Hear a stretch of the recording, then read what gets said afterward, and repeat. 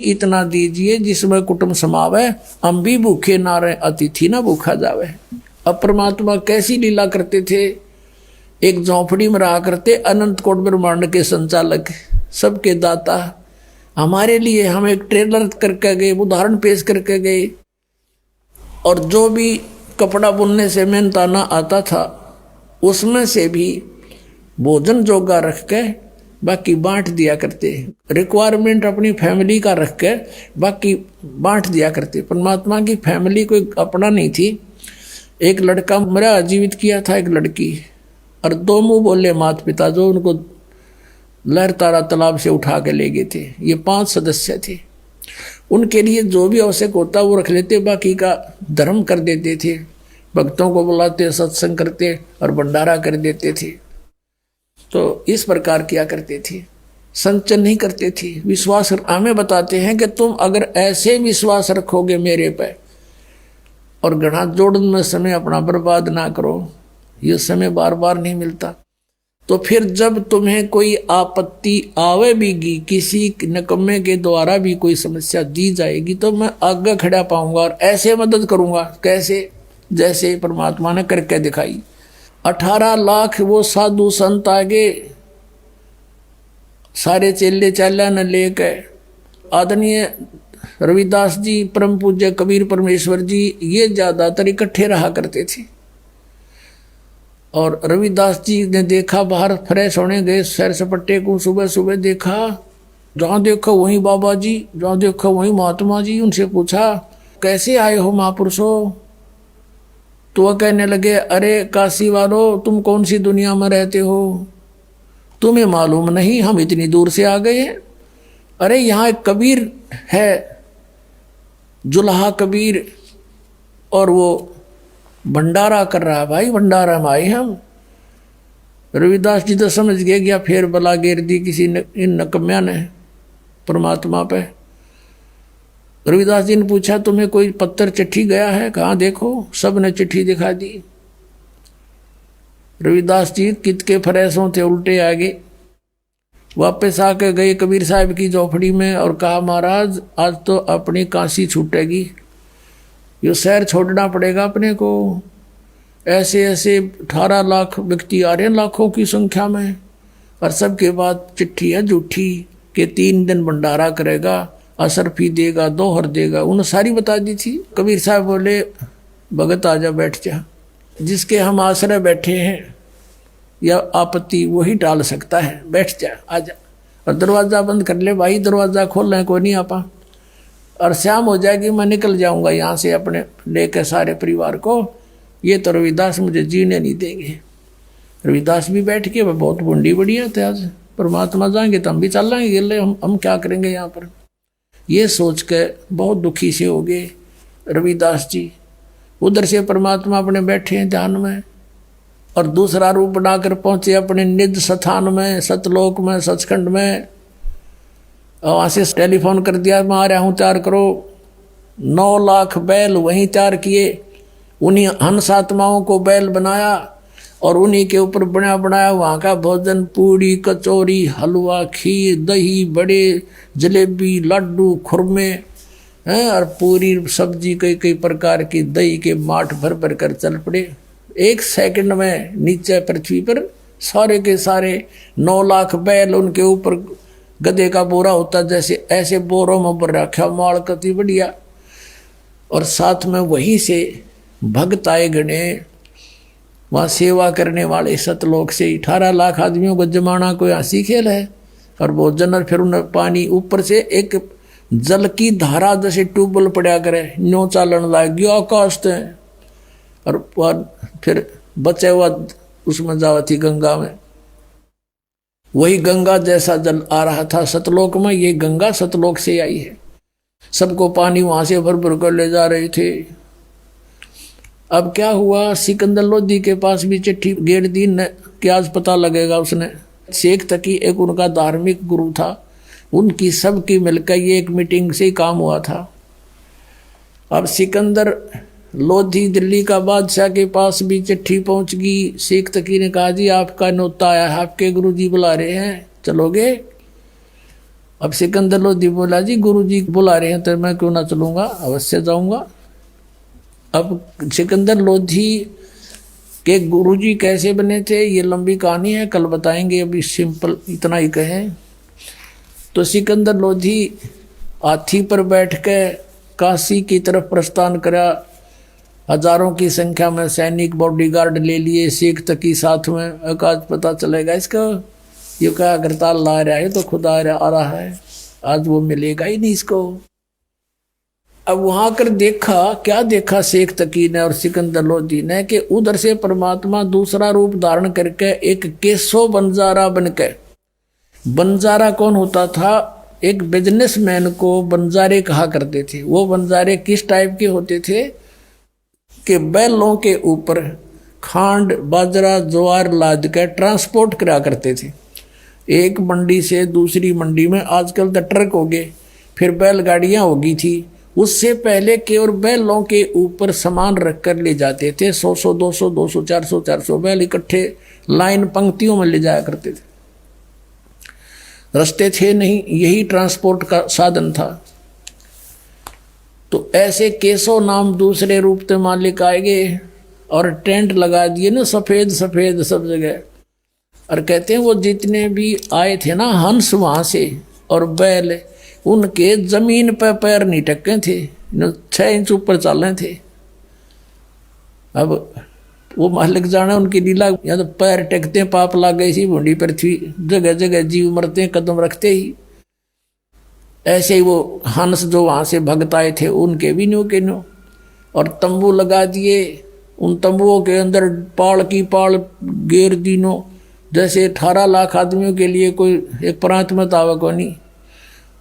No tent पूरी पाल की पाल भर दी, ढेर के ढेर लगा दिए और ऊपर का कपड़ा अलग से टेंट लगा दिया, एक सुराग छोड़ दिया थोड़ा सा। वही बंजारे जो वहां से आए थे भगतन ने, वही बैठे हुए और भर भर के दे रहे हैं, ले जाओ भाई, और बांट रहे हैं सबको, जय जयकार हो रही है। सभी भोजन खा रहे हैं और कह रहे हैं भाई ऐसा भोजन ऐसा भंडारा कदे देखा ना सुना, इतना स्वादिष्ट कभी नहीं खाया, क्योंकि वो सतलोक का था।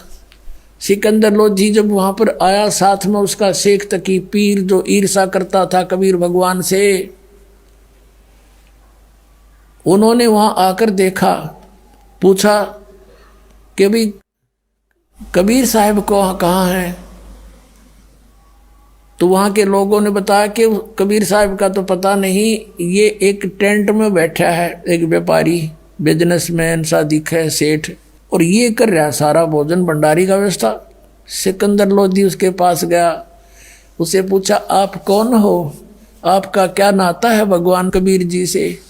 केसो रूप में खड़े बंजारे ने कहा कि राजन वो कबीर जी मेरे पगड़ी बदलियार हैं, मेरे धर्म भाई हैं, और उनकी चिट्ठी गई थी मेरे पास कि एक छोटा सा भंडारा है, कुछ सामान लेते आइएगा।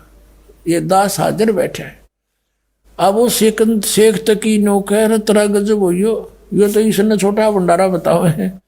अब उसका तो कलेजा फट गया, पेट पकड़ के बैठ गया, उसकी तो मां सी मर गई, गया तो कोई ना बनी बात आज भी। अब सिकंदर लोधी ने कहा कि कहाँ है भगवान, क्यों वो नहीं आए यहाँ पर? तो केशव ने कहा उसका दास जो बैठा है, मौजूद की जब आओगे आ जाएंगे, यहाँ सारा काम ठीक हो रहा है। सिकंदर लोधी बोला भाई चलो दर्शन करके आओगे, पाछा भोजन पाओगे। अब हाथी पर बैठकर पहुंच गए वहां जहां झोंपड़ी थी मालिक की, साथ में सैनिक भी। सिकंदर लोधी हाथी से नीचे उतरा, दरवाजा खटखटाया। रविदास जी कहने लगे भगवान ये तो आ गए, यहाँ पर भी आ लिए, खुड़का हो गया। तो कबीर साहब बोले बोल मत, दरवाजा नहीं खोल लेंगे, चले जाएंगे गाल धूपड़ करके। सिकंदर लोधी ने कहा दरवाजा खोलो परवरदिगार, दरवाजा खोलो, आपका दास सिकंदर लोधी आया है। परमात्मा ने पूछा भाई कौन? आपका बच्चा आया है, आपका दास सिकंदर आया है। कहा राजन हम दरवाजा नहीं खोलेंगे, हम तो आज के मेहमान हूं, मैं तो यहाँ पर, इन्होंने हमारे साथ बहुत जुल्म कर लिया है भगवान राजन, ये मुझे जीने नहीं दे रहे हैं, मैं आज रात्रि में निकल जाऊंगा काशी को छोड़कर, और भगवान मैं दरवाज़ा नहीं खोलूं। मेरी तो इज्जत का नाश कर दिया इन्होंने, इन झूठी चिट्ठी डाल रखी है। मेरे पास तो सुबह शाम का आहार भी मुश्किल से होता है। 18 लाख व्यक्ति सामने बैठे, मैं कैसे भोजन कराऊं भगवान। अब ये मुझे नहीं जीने देंगे, मैं भाग जाऊंगा रात्रि में। तब सिकंदर लोधी कहता है, भगवान आप मुझे नहीं बहका सकते, आप किसी और को बहका सकते हो, इस दास को नहीं बहका सकते। आपने कैसा रंग लगा रखा है, सब भोजन खा रहे हैं, आपकी जय जयकार हो रही है और सभी आपके दर्शन के ललायित हैं। हे भगवान एक बार इस दास को दर्शन दो। तब परमात्मा ने कहा, रविदास खोल दे, दरवाजा खोल दे। रविदास जी ने जो ही दरवाजा खोला, दंडवत प्रणाम किया सिकंदर लोधी ने और कहा, भगवान आपके दर्शन करना चाहते हैं, सभी जनता कृतार्थ हो जाएगी। भगवान एक बार दास के साथ चलो। अब सिकंदर लोधी ने कहा परमात्मा आपने ठाठ कर रखे, सबके जय जयकार हो रही है, जो मांगे वही आहार उनको उपलब्ध करवा रखा है। भगवान आप मुझे मूर्ख नहीं बना सकते, मुझे नहीं बहका सकते, मैंने पहचान रखा आपको। एक बार चलो मालिक दर्शन दे दो। परमात्मा खड़े हुए और मुकुट पैर गए, एकदम मुकुट आ गया अपने आप मालिक के सिर पे। सतलोक थे, जो सतलोक में पैर के बैठते हैं दाता, तेजों में चमकीला मुकुट ऊपर सिर पे आके रखा गया। और बाहर कदम निकला, झोपड़ी से बाहर निकले, आसमान से फूल बरसने लगे कबीर साहब के ऊपर। बोलो सतगुरुदेव।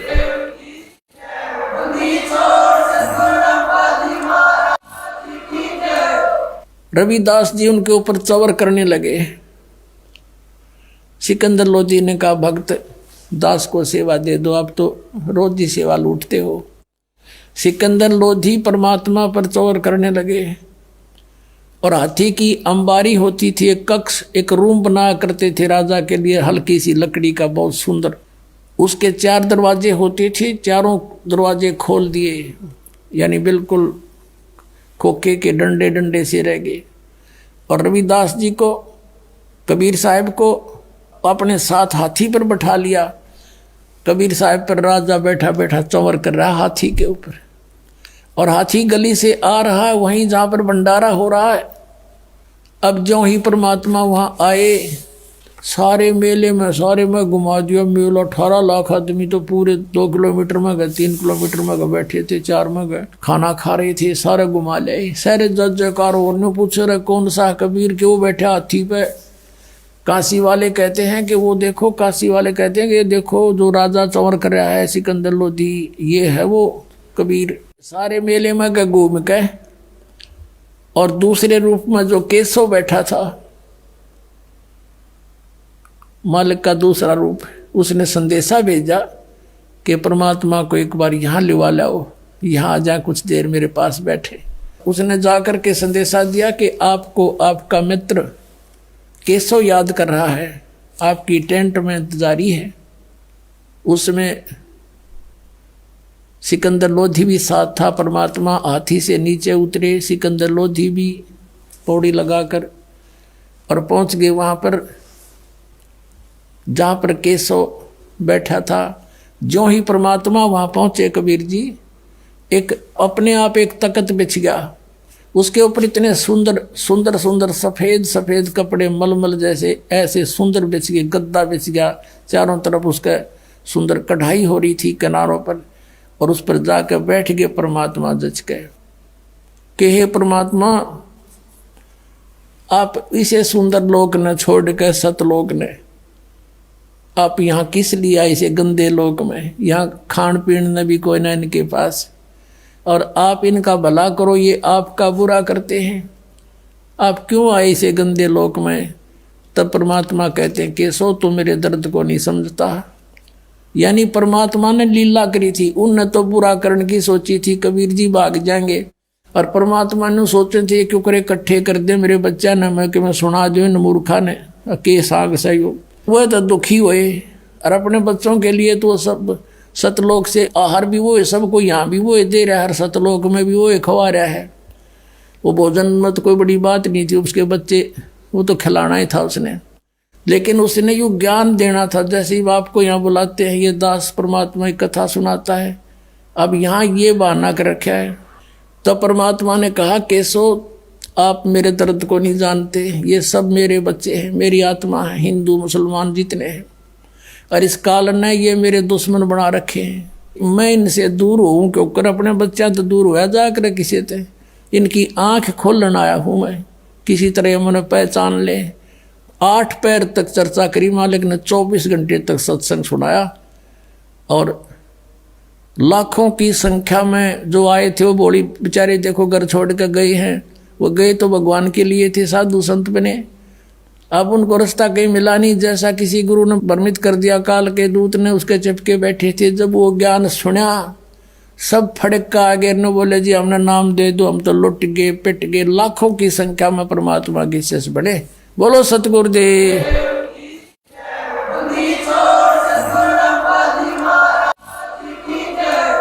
और 3 दिन तक कितनी बार किसी ने भोजन खाया, 2 बार खाओ, 4 बार खाओ, चाहे 10 बार खाओ, इतनी बार दौर और अब असर भी दे रहे थे। तीसरे दिन जब वापस चले सब टेंट उठा लिए, वो बंजारे आ रहे थे सेवक, वो भी बैलों पर रख लिया सारा सामान और कहा चलो भाई। केशव कहने लगा चलो मैं आ रहा हूँ, वो चल पड़े। केशव और कबीर साहब वहाँ खड़े रहे, सिकंदर लोधी शेख तकी और भी सैकड़ों व्यक्ति शेष थे। अब क्या देखा कि जो बैल गंगा पार करके निकलने लगे तो गंगा घुटनों पानी रह गया, उसमें एकदम नीचे चली गई, सारे पार हो लिए। जब देखे तनु थे भाई ये निकलेंगे कैसे, फिर देखा रहे एकदम गंगा उतर गई, सारे पार हो लिए, जो फिर उसी फॉल होगी। कुछ देर बातें करते रहे, फिर सिकंदर लोधी कहने लगा कि हे केशव जी आप जाओ, आपके बंजारे दूर चले जाएंगे नहीं तो। अब देखा इधर वहाँ कुछ भी नहीं था, ना बैल थे ना बंजारे थे। तो पूछा कि कहाँ गए, परमात्मा बोले जहाँ से आए थे वहाँ गए। बोलो सतगुरुदेव।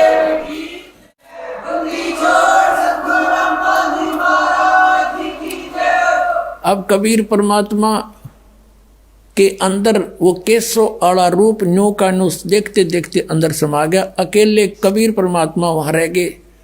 तो क्या बताते हैं, शेख तकी कहने लगा कि चल राजा इसे भंडारे हम 100 दे दें। क्या किया है ना, महोत्सा सा किया है।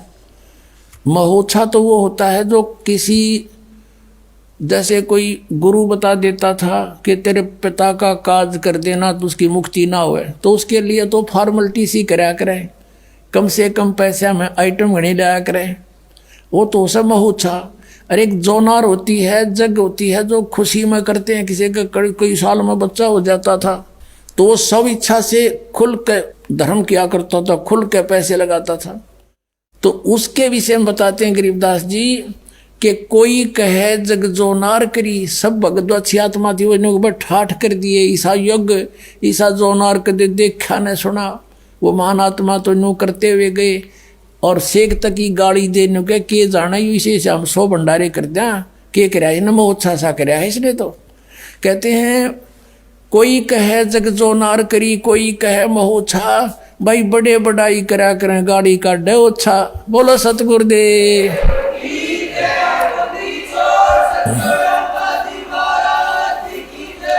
सत साहिब। तो परमात्मा कहते साईं इतना दीजिए जिसमें कुटुंब समावे, हम भी भूखे ना रहे अतिथि ना भूखा जावे। तो पुण्यात्माओं परमात्मा के सामने इतने अतिथि आगे थे, सबका भंडारा भर दिया। परमात्मा कहते हैं कल पे कारण कौन है कर सेवा नी काम, और मन इच्छा फल दूंगा जो पड़े मेरे ते काम। ये धनी का काम था भाई, नो खड़े हो जाएंगे आपके सामने आकर जब कोई आपत्ति आओगी, विश्वास रखना। बोलो सतगुरुदेव।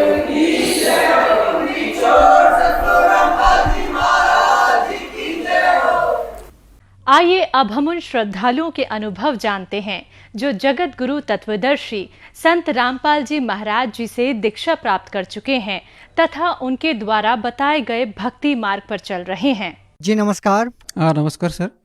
क्या नाम है आपका? गुलाबराव पाटिल। सर कहाँ से आए हैं आप? मलेर तहसील, डिस्ट्रिक्ट जलगांव, महाराष्ट्र से आया हूँ सर। सर संत रामपाल जी महाराज से नाम दीक्षा लेने से पहले आप क्या भक्ति साधना करते थे? संत रामपाल जी महाराज जी आने से पहले हमारे घर में जो रीति रिवाज थी पुराने की वो ही करते थे, जैसे कि गणपति पूजा, इसके बाद जो भी मतलब देवी देवता की पूजा, व्रत रखना, मतलब घर में बहुत भक्ति करते थे। खंडेराव की पूजा करना, वो खंडेराव को हर साल में वो बकरा मारते थे। वो एक हमारी देवी थी गांव में, वो देवी को भी बकरा मारना पड़ता था। मतलब ऐसी परंपरा की वो भक्ति करते थे। ये भक्ति करते करते हमारे जो घर में शांति सुख नाम की कोई चीज़ नहीं, हमारे 5 सदस्य हमारे सामने चले गए। सर, हिंदू धर्म की पारंपरिक पूजाएं आप कर रहे थे, तो फिर आपको संत रामपाल जी महाराज से नाम दीक्षा लेने की क्या जरूरत आन पड़ी?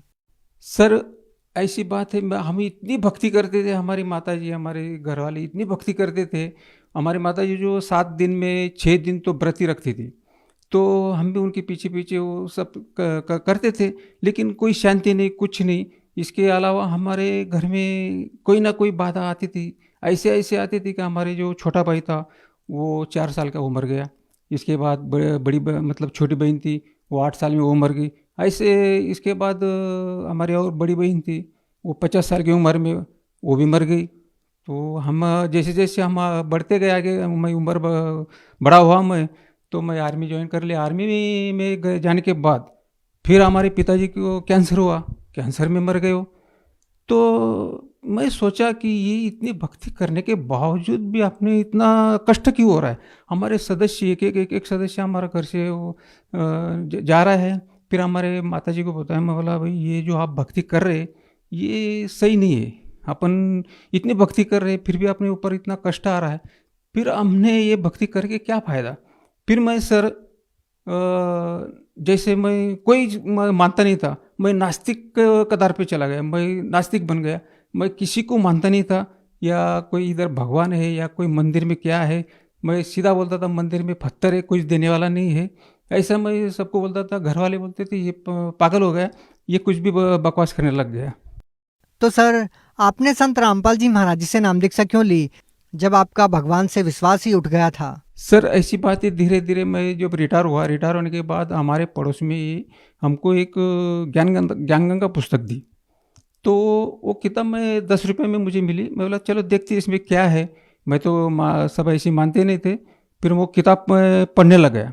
जब पढ़ने लगा तो उसमें जो मुझे आज तक अब जितना मुझे ज्ञान देते थे, इसका विपरीत ज्ञान लगा। मैं बोला ये कैसा हो सकता है, इसमें ब्रह्मा विष्णु महेश इनके भी माता पिता है। तो मुझे थोड़ा सा ये लगा सर कि नहीं, ये ज्ञान और अलग ही है। फिर मैं वो किताब पढ़ते रहा 3 दिन में मैं वो किताब पढ़ लिया। पढ़ने के बाद मुझे लगा कि सही में ये अपन सही भक्ति पर आ गए हैं, हमने ये नामदान लेना चाहिए। तो हमने नाम दीक्षा ले लिया सर। सर, जैसा कि आपने बताया कि पहले भक्ति करते करते आपका भगवान से विश्वास उठ गया था, आप भगवान को मानने से इनकार करते थे। तो सर, जब आपने संत रामपाल जी महाराज जी से नाम दीक्षा ली और जिस भगवान की खोज में आप दर दर भटक रहे थे, जिन सुखों की तलाश में आप इधर उधर जा रहे थे, तो क्या संत रामपाल जी महाराज जी से नाम दीक्षा लेने के बाद वो लाभ मिले आपको? जी सर, इतने लाभ मिले कि मैं गिना नहीं सकता सर, कि मुझे बहुत लाभ मिले। सबसे बड़ा लाभ मुझे तो आध्यात्मिक ज्ञान का मिला। तो मुझे कुछ नहीं पता था कि ब्रह्मा विष्णु महेश इनके भी माता पिता है, या दुर्गा का पति है, ये इनकी जन्म मूर्ति होती है। यानी असली मतलब भक्ति मिली, सत्य ज्ञान मिला। परमात्मा कौन है, इनकी मिलने की विधि क्या है, वो रहते कहाँ है, हम आए कहाँ, कौन है, ये सब कुछ हमको लाभ पहले मुझे मिला। दूसरा लाभ मुझे मेरी बवासीर का बीमारी थी सर। मैं आर्मी में भी था, तो वहाँ पे भी हमने डॉक्टर को दिखाया था। वो गोली देते थे ऐसा करो उसमें, लेकिन कुछ नहीं होता था। फिर घर पे आया, घर पे भी मैं काफ़ी दवा पानी किया, लेकिन उससे भी कुछ नहीं हुआ। आयुर्वेदिक दवा खाई, उससे भी कुछ नहीं होता था। लेकिन जब मैं नाम दीक्षा लिया रामपाल जी महाराज से, तब से मेरा धीरे धीरे सतनाम तक वो बवासीर की बीमारी ख़त्म हो गई सर, बिल्कुल जड़ से निकल गई। इसके बाद मुझे अटैक आया था सर। तो मैं सोचा कि बाप रे, ये तो 60 साल में मेरा भाई को भी अटैक आया, वो भी मर गया। मतलब ये मैं सोचा कि अभी मेरा ही नंबर था। तो लेकिन मैं रामपाल जी महाराज से नाम दीक्षा लेने की वजह से मुझे रामपाल जी महाराज ने जीवन दान दिया। मैं डॉक्टर के पास गया, लेकिन वहाँ जाने के बाद मैंने एक गोली वहाँ से लिया नहीं। दूसरा दिन मैं घर पे आ गया, एक भी गोली वहाँ से लिया नहीं। बिना गोली का मैं ठीक हो गया। चरण अमृत लेके मैं बिल्कुल स्वस्थ और अभी आज आपके सामने खड़ा हूँ सर। इसके बाद मेरी लड़की की ऐसी बीमारी थी, वो 10 क्लास में वो बेहोश हो जाती थी, मतलब भूत बात था कि ऐसी कुछ चक्कर था उसका। मैंने डॉक्टर के पास दिखाया, कई डॉक्टर के पास, बोले इसको कुछ भी नहीं है। तो मैंने झाड़ फूस वाले के पास भी गया, उसने भी किया, पैसा लिया, उससे भी कुछ नहीं हुआ। लेकिन जब हमने नाम दीक्षा लेकर आए, फिर हमारे घर में मालिक की वाणी चली, सुबह शाम दोपहर सत्संग। फिर वो छुट्टी पे आती थी, वो सुनती थी खाली, उसने नाम दीक्षा नहीं लिया था। तो वो सुनने से उसकी जो बीमारी थी वो पूरी खत्म हो गई सर। आज वो ठीक है। वैसे वो बिना नाम दीक्षा का वो बीमारी चली गई उसकी। इसके बाद फिर उसी टाइम हमारा लड़के का डस्ट का वो एलर्जी थी, वो हमेशा छिका मारता था, ये करता था। उससे ऑपरेशन भी किया, फिर भी उसका वो बीमारी ठीक नहीं होती थी। उसका भी वैसी हुआ कि वो जब रामपाल जी महाराज जी का सत्संग सुनता था, वो सुनने से, वो वाणियाँ सुनने से उसका भी वो बीमारी चला गया। इसके बाद मेरी लड़की की शादी हुई सर।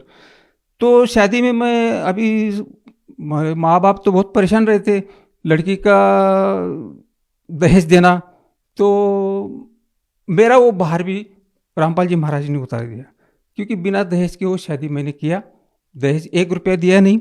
इसके बाद शादी होने के बाद उसको 4 साल के बाद बच्चा पेट में रहा। तो उन्होंने टेस्ट किया, वो ब्रेस्ट में उनकी एक गांठ थी। वो गांठ जब चेक किया तो उन्होंने, डॉक्टर ने बताया कि कैंसर है। तो जैसा वो कैंसर का बताया तो दोनों रोने लग गए वहाँ दवाखाने में। फिर मेरे पास फ़ोन आया लड़की का कि ऐसा ऐसा है पापा कि मुझे तो कैंसर बता दिया, यानी मेरा अभी 2 महीने का बच्चा है, क्या करें। मैं बोला कुछ भी मत करना, आप सीधा रामपाल जी महाराज से नाम दीक्षा ले लो, दोनों को मालिक सब ठीक करेंगे। फिर दोनों ने नाम दीक्षा लिया, ऑनलाइन नाम दीक्षा दे दिया। फिर डॉक्टर ने, उनका थोड़ा सा ये था कि भाई डॉक्टर करेंगे ठीक। मैं बोला आपको जो जैसा करना है वैसा करो, लेकिन आप भी जो करेंगे अभी परमात्मा ही करेंगे, संत रामपाल जी महाराज ही कर सकते हैं जो कुछ करेंगे। फिर उन्होंने डॉक्टर के पास दिखाया तो डॉक्टर ने बोला कि इसका 8 महीने के अंदर बच्चा को सीजर करके बाहर निकालना पड़ेगा। इसके बाद 8, 9, 12 केमो इसको देना पड़ेगा। फिर डिलीवरी की जब हो जाएगा उसके बाद 4 केमो और देना पड़ेगा। मतलब वो इंजेक्शन रहते, वो इंजेक्शन इतना खतरनाक रहते, वो बहुत जलन होता। फिर उसको जैसे पहला केमो दिया, इंजेक्शन दिया, उसको कुछ नहीं हुआ। तो मैं उसको बोला, मैं बोला देख भाई, नाम दीक्षा लिया है, आप नाम सिमरन करो, आपको कुछ नहीं होगा, आप चिंता मत करो। फिर ऐसे सर उसको 12 केमो दिए। तो जैसा आज समझ लो, आज केमो दिया तो 4 दिन में वो बच्चा चेक करते थे डॉक्टर कि भाई क्या हुआ क्या नहीं। तो बच्चा भी ठीक होके एकदम सही था। फिर उन्होंने बोला था कि 8 महीने में, अभी 8 महीना चालू हो गया, अभी ये बच्चा को सीजर करके बाहर निकलना। मैं बोला नहीं, अभी ये देखो, ये बच्चा रामपाल जी महाराज का आदेश से बाहर आएगा, अभी ये बच्चा बाहर नहीं आएगा। तो जैसे 8 महीना हो गया, वो बोला जल्दी करो। मैं बोला नहीं, करना नहीं। लड़की को बोला धीरज रखो। फिर 9वां महीने में वो बच्चा बिना सीजर किए हुए नॉर्मल डिलीवरी हुए। नॉर्मल डिलीवरी में बच्चा एकदम क्लियर, जब 3 किलो का मतलब बच्चा था। आज वो बच्चा भी सही है और मेरी लड़की भी बिल्कुल सही है। उसके बाल भी गिरे नहीं, कुछ नहीं। और जो केमो चलते थे वो केमो भी लिया उसने, सब कुछ लिया। आज वो बिल्कुल सही है। तो जैसा उन्होंने बोला कि हमने डॉक्टर को बताना है, मैं बोला ठीक है, आप जैसी आपकी मर्जी, आप डॉक्टर को बताओ, लेकिन आज से जो भी होगा, जो भी करेंगे, संत रामपाल जी महाराज जी करेंगे। हमारा पूर्ण विश्वास है। आपको विश्वास है नहीं है तो आप कर सकते, आप डॉक्टर के पास जा सकते। डॉक्टर के पास गए तो उन्होंने बोला कि भाई ऐसा ऐसा ये है, ये 8 महीने में बालक को निकालना पड़ेगा, ये इसका ये करना पड़ेगा, इसके बाल निकल जाएंगे, इसकी ऐसे ऐसे ये होगा। संत रामपाल जी महाराज की दया से कुछ भी नहीं हुआ, और बच्चे को भी कुछ नहीं हुआ, मेरी लड़की को भी कुछ नहीं हुआ, बिल्कुल सही सलामत है आज वो। कैंसर का ट्रीटमेंट अभी वो खत्म हो गया, अभी वो सब कुछ भी नहीं है। मैंने उनको बोला था कि ट्रीटमेंट करने की कोई ज़रूरत नहीं है, संत रामपाल जी महाराज ही सब कुछ कर सकते हैं। लेकिन उनका थोड़ा सा वो ये था, डामाडोल थे वो, उन्होंने वो किया वो डॉक्टर के पास जाके, लेकिन डॉक्टर जो बोलते थे उसका विपरीत हुआ। वो विपरीत ऐसा हुआ कि वो बोलते थे ऐसा ऐसा, उन्होंने बता दिया था सब कहानी, लेकिन वो ऐसा नहीं हुआ। फिर वो क्या बोले कि बोला नहीं, ये हजारों में लाखों में ऐसी एक केस होती है, ऐसा हो जाता है बोलता है। तो हमको पता था कि ये जो किया ये संत रामपाल जी महाराज जी ने किया, बाकी कोई नहीं कर सकता है। सर, जैसा कि आपने बताया कि संत रामपाल जी महाराज जी से नाम दीक्षा लेने के बाद आपको इतने सारे लाभ मिले, तो सर हम आपसे ये जानना चाहेंगे कि संत रामपाल जी महाराज को आप अन्य संतों से किस प्रकार से अलग पाते हैं? अन्य जो धर्मगुरु है, जगत गुरु है, ये जो ज्ञान देते, ये ज्ञान इनके पास आध्यात्मिक ज्ञान बिल्कुल नहीं है। ये सब अपनी मनगढ़ंत कहानी बताते क्या है ये लोग कि रामायण का, महाभारत का ऐसी स्टोरी बताते। ये बताते बताते हमारे कान पक गए।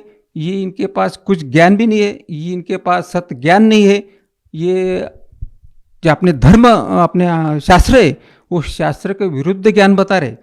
और हमारे जो रामपाल जी महाराज जी अपना शास्त्र से ज्ञान बताते। शास्त्र जो अपने जितने भी धर्म ग्रंथ है वो एक एक एक खोल करके बता रहे। जैसे गीता हुआ, वेद हुई, बाइबल हुई, ये गुरु ग्रंथ साहिब हुआ, ये सब ग्रंथ एक एक खोल के बता रहे। उसमें सब ज्ञान आज तक किसी ने बताया नहीं। आज जो भी सदग्रंथ खोल के बताने वाले जो संत है, वो पूरा विश्व में संत रामपाल जी महाराज है। इनके अलावा किसी के पास सत्य ज्ञान नहीं है, सत्य मार्ग नहीं है। हमें ये सत्य ज्ञान, सत्य मार्ग रामपाल जी महाराज ने बताया। मोक्ष का मार्ग भी इसमें है। बाकी जो संत है इनके पास कोई मोक्ष का मार्ग नहीं है। ये सब अपनी ऐसी मर्जी बता रहे हैं। सर, आप भगत समाज को क्या संदेश देना चाहते हैं? मेरा भगत समाज को या जगत को ये संदेश है कि आप ठीक है, जो भक्ति आप कर रहे हैं वो आपकी भक्ति ठीक है, लेकिन वो भक्ति अधूरी है। अधूरी कैसी है? आप शास्त्रानुकूल भक्ति नहीं कर रहे। इसके वजह से आपको जो लाभ होना था वो लाभ नहीं हो रहा है। आपके एक एक ऐसे ऐसे कहर टूट रहे हैं। आपके आर्थिक, शारीरिक, भौतिक कोई लाभ नहीं मिल रहा है। और ये भक्ति जो संत रामपाल जी महाराज जो बता रहे, ये शास्त्रानुकूल भक्ति है। ये भक्ति से आपको लाभ भी मिलेगा। मालिक तो बोलते हैं, संत रामपाल जी महाराज बोलते हैं कि मैं तो ये लुंगे में दूंगा, यानी कि फ्री, आर्थिक, शारीरिक, भौतिक ये लाभ तो फ्री में दूंगा। लेकिन जो सबको अपने को आज सबको एक रोग लगा है, वो जरा और जवरा, यानी जरा यानी बुढ़ापा और मरण, ये जो रोग है इनसे अपने को निपटाना है। और ये निपटाने के लिए संत रामपाल जी महाराज आए हुए हैं कबीर साहब के रूप में। पुस्तक लो, ज्ञान गंगा, जीने की राह, वो मंगाओ, किताब पढ़ो। और आज सब समाज पढ़ा लिखा है, सब जानते हैं। पहले कैसे अनपढ़ लोग थे, वो जैसे बताते थे वैसे वो करते थे। इसके बाद जो भी जिसने भी नाम दीक्षा लेना है, संत रामपाल जी महाराज से नाम दीक्षा लो और अपना मानव जीवन इससे मोक्ष का पालो। जो व्यक्ति संत रामपाल जी महाराज जी से नाम दीक्षा लेना चाहते हैं, वो उनसे नाम दीक्षा कैसे प्राप्त कर सकते हैं? संत रामपाल जी महाराज ने बहुत दया की है। हर जिले में, हर स्टेट में, हर जिले में नामदान खोल रखा है। आज पूरा विश्व में संत रामपाल जी महाराज ने नामदान खोल रखा है। कई चैनल पे संत रामपाल जी महाराज के सत्संग आते, उसमें एक पट्टी चलती, उसमें नंबर आते। वो नंबर आप फ़ोन करेंगे तो वो आपको बताएंगे, जो जहाँ भी आप हैं वहाँ का नामदान, नज़दीक का नामदान सेंटर का आपको नंबर दिया जाएगा।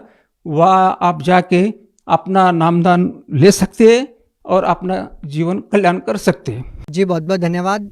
सत साहिब।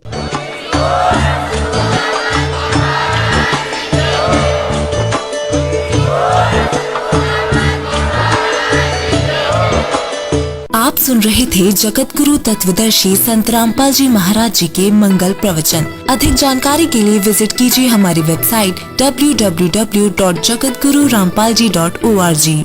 संत रामपाल जी महाराज जी के शुभ आशीर्वाद से पूरे विश्व भर में 500 से भी ज्यादा नाम दीक्षा केंद्र हैं, जिन पर संत रामपाल जी महाराज जी द्वारा ऑनलाइन निशुल्क नाम दीक्षा दी जा रही है। अपने नजदीकी नाम दीक्षा केंद्र का पता करने के लिए संपर्क करें 8222880541।